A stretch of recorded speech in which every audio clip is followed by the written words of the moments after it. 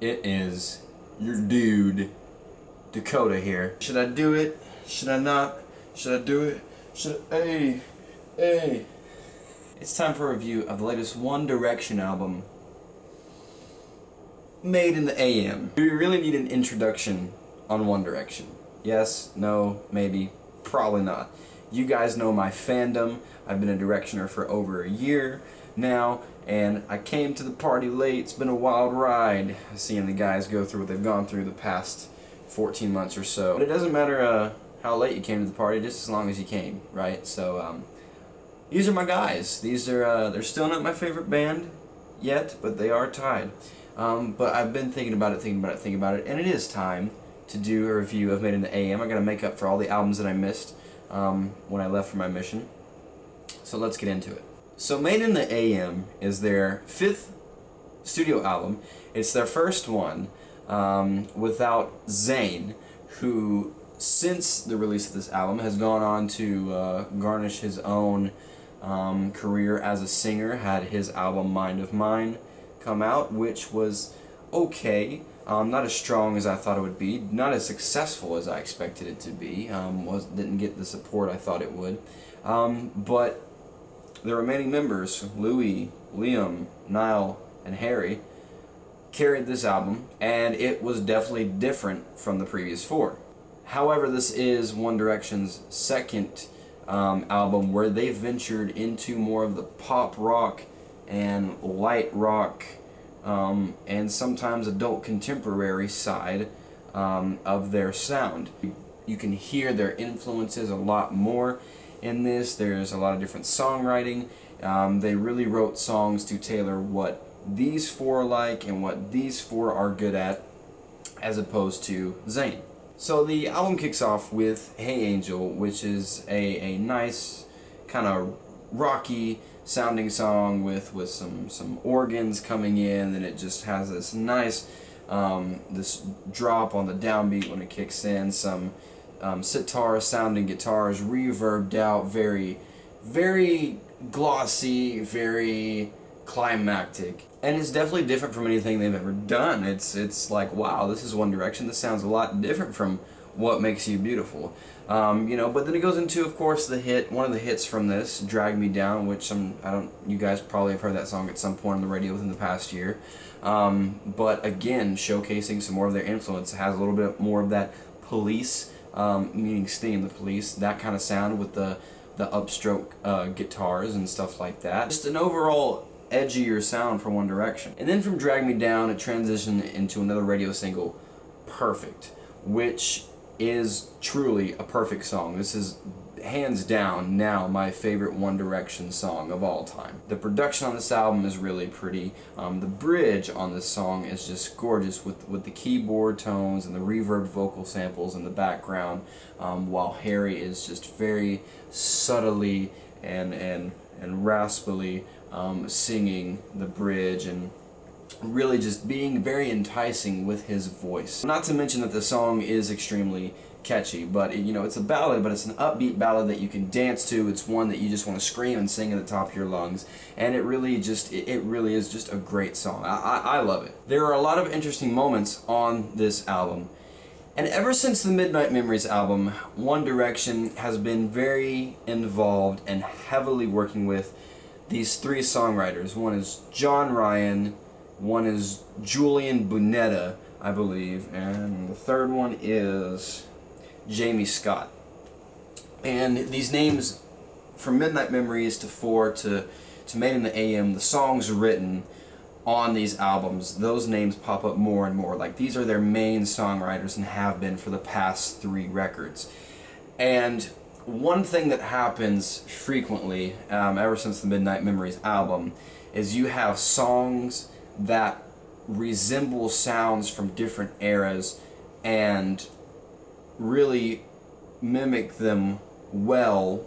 Of course they're modernized, but I do have trouble on this record, and a little bit on the last record, discerning whether or not the influence is coming through really strongly, or if they're just trying to blatantly rip off sounds of bands from yesteryear. And the songs that I'm mainly talking about on this record, at least, are Olivia and I Want to Write You a Song.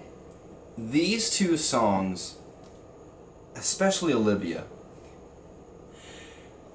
these both sound like tracks from the Beatles. Like, I believe Paul McCartney could sue them in court and win, even though he didn't record these, because these sound like White Record and Abbey Road era Beatles songs.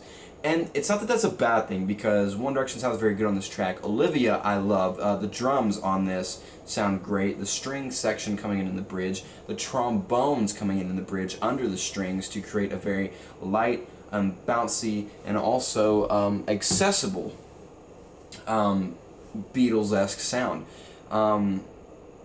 But man, it's just so, like, it's a little too close. Like, I love it and it sounds great, but there's no doubting where the influence came from on these tracks. Another track where you can kind of hear the influence is What a Feeling. You know, in the last album 4, I mentioned this in another video, that the song Fireproof has kind of a Fleetwood Mac vibe to it. And on this album we get that again with What a Feeling. It's even a little bit more so than Fireproof. Well, the song Love You Goodbye, which is very, very pretty, and the concept of it is really nice. The guy's talking about, you know, this girl leaving them, and they want just that one last night of passion, which is a very pretty sentiment. And one of the lines I really love from this is from the chorus, and it says, "Why are you wearing that to walk out of my life?" You know, as if saying the girl is not only leaving them, but like, why do you have to look that good when you go, like making it even harder.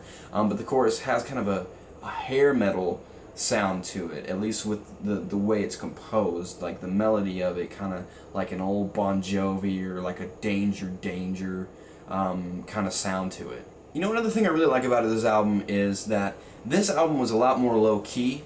It wasn't as dance pop oriented. You know, it has its moments like Perfect and Drag Me Down and Never Enough, which is a very interesting song. I really like the horns on this. A lot more horns in this album than usual for 1D. I think it might be the first album, actually, aside from You and I.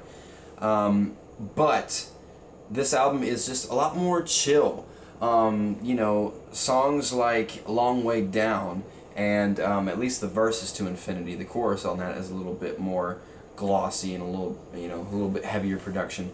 But it's just kind of a chill, fun album, you know, especially with the acoustic tracks like I Want to Write You a Song and History that sound very nice. It's been a while since we've heard, you know, something acoustic from One Direction, and I really like the way they sound with these tracks. Even with the absence of Zayn, History is a great track and stands on its own 2 feet, you know, especially with Harry and Liam. Another acoustic track that's absolutely phenomenal, and I think is kind of one of the songs that steals the show on this, is If I Could Fly. It's not an acoustic guitar ballad, it's an acoustic piano ballad, but it's just a very, very pretty song, and the guys singing together with nothing but strings and piano.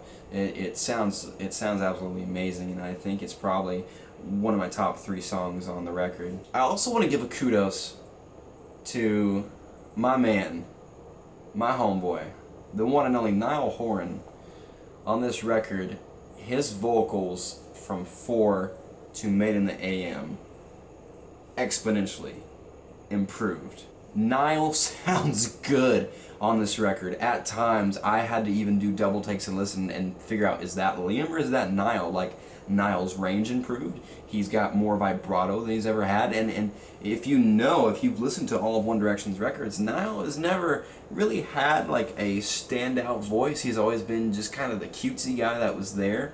But even on One Direction's first album, a couple songs, and they're subtly throwing auto-tune on Niall's vocals when they didn't throw them on anyone else's vocals, just because he wasn't polished and mature yet. Being the youngest member, he had kind of the lamest voice, so to speak. But on this record, he sounds good. He has character. He just sounds smoother and more confident, and like I said, more vibrato, better range. All the things I mentioned before, like hands down to Niall, man. That was good work.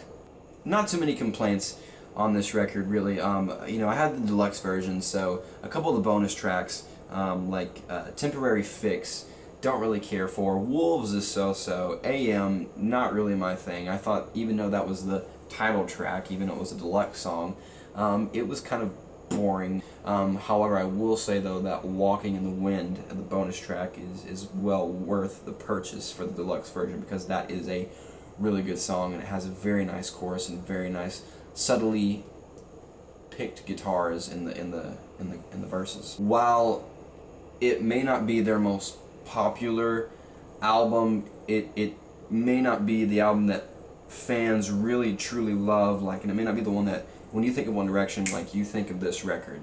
And even though Zayn's missing, I believe Made in the AM is their most mature sounding album. I believe they had the most fun making this, from what it sounds like. I believe, I'm not going to say the songwriting in general was better on this, but I believe the songwriting from the actual band members was better on this. An A-.